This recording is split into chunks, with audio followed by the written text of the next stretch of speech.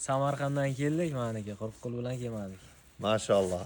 O'zi doim Samarqandliklar bor, mana shunaqa chiroyli nonlar ko'tarib kelishadi. Voy, naslni o'zgartiraylik, qonni yangilaylik. Shu gapimizni eshitib, Samarqand viloyatidan salkam Navoiyni oldida turadigan Sherzod ukamiz kelgan ekanlar. Aka, mashinlar orasida bittasi jizetni anchadan beri qidirib yuruvdim. Qayerdan olsam ekan deb. Aka, to'xtamiz sizda to'xtadi deb erinmasdan 8 soatda kelibdilar. Biron bir joyda gaz yo'q ekanda.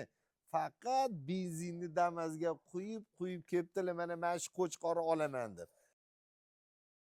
Alloh barakasini bersin. Xudo xolisi mana shu Qo'chqorni hozir Damas'ga ortamiz. Kuyov bola bo'lib ketadi. To'ylar muborak.